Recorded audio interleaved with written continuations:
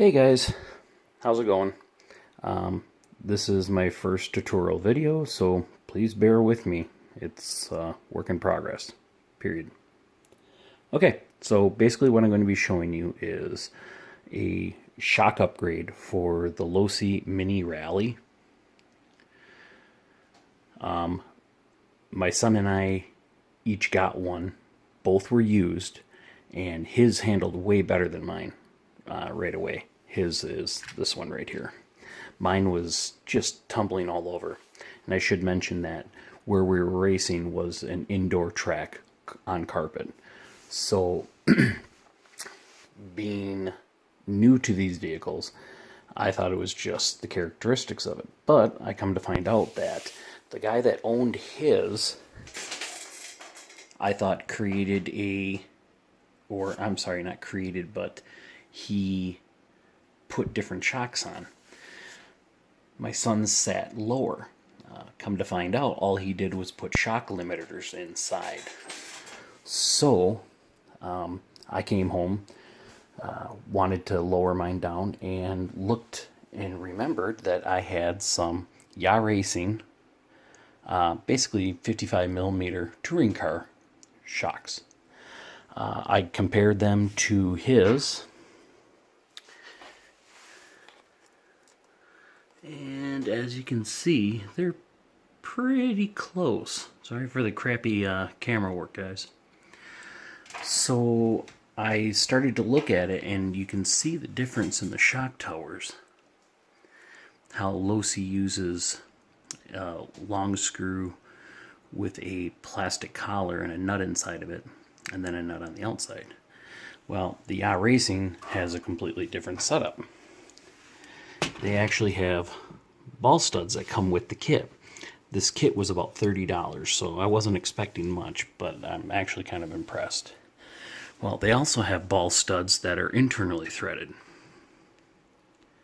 So what I ended up doing was putting in a shorter screw with the nut that was in the spacer, and then screwing on the internally threaded ball studs so that the Yaw Racing shock can be used. Now, one thing you need to know is that these are the same size diameter springs. Here is the stock spring compared to that Yaw Racing, and that is the shock body on the right, the stock one. So you can see there's quite a bit of height difference where the end would be. What I ended up having to do was take this end, which is the Yaw Racing end, off of the Yaw Racing shock, and take the one off of the Losi shock and put the Losi shock on the Yaw Racing one. The only reason for that is because this end needs to fit inside there, and it doesn't if you use the Yaw Racing. So just swap those over.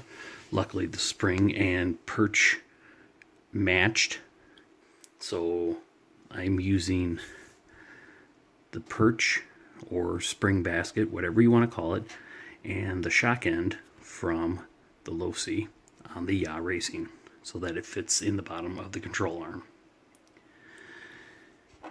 So that is pretty much it. It's a simple modification, but as you can see, those arms sit pretty level.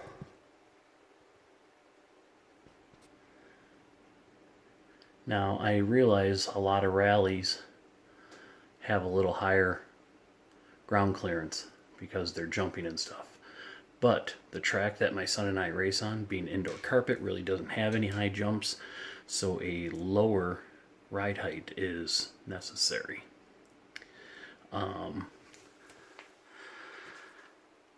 Like I said, I apologize for the quality of this video. This is my first tutorial ever. little bit of insomnia and a lot of free time on my hands. And this is what I decided to do at 2 o'clock in the morning. So, I will be giving this setup a try today. My son and I are going to go race, or at least practice. And you can see the front ones are the same way. So I'll see if mine handles any better than his. If they handle about the same. But that's all I got for you. So if you guys have a question, I'll try and answer it the best I can. All right? You guys have a great night. Thanks.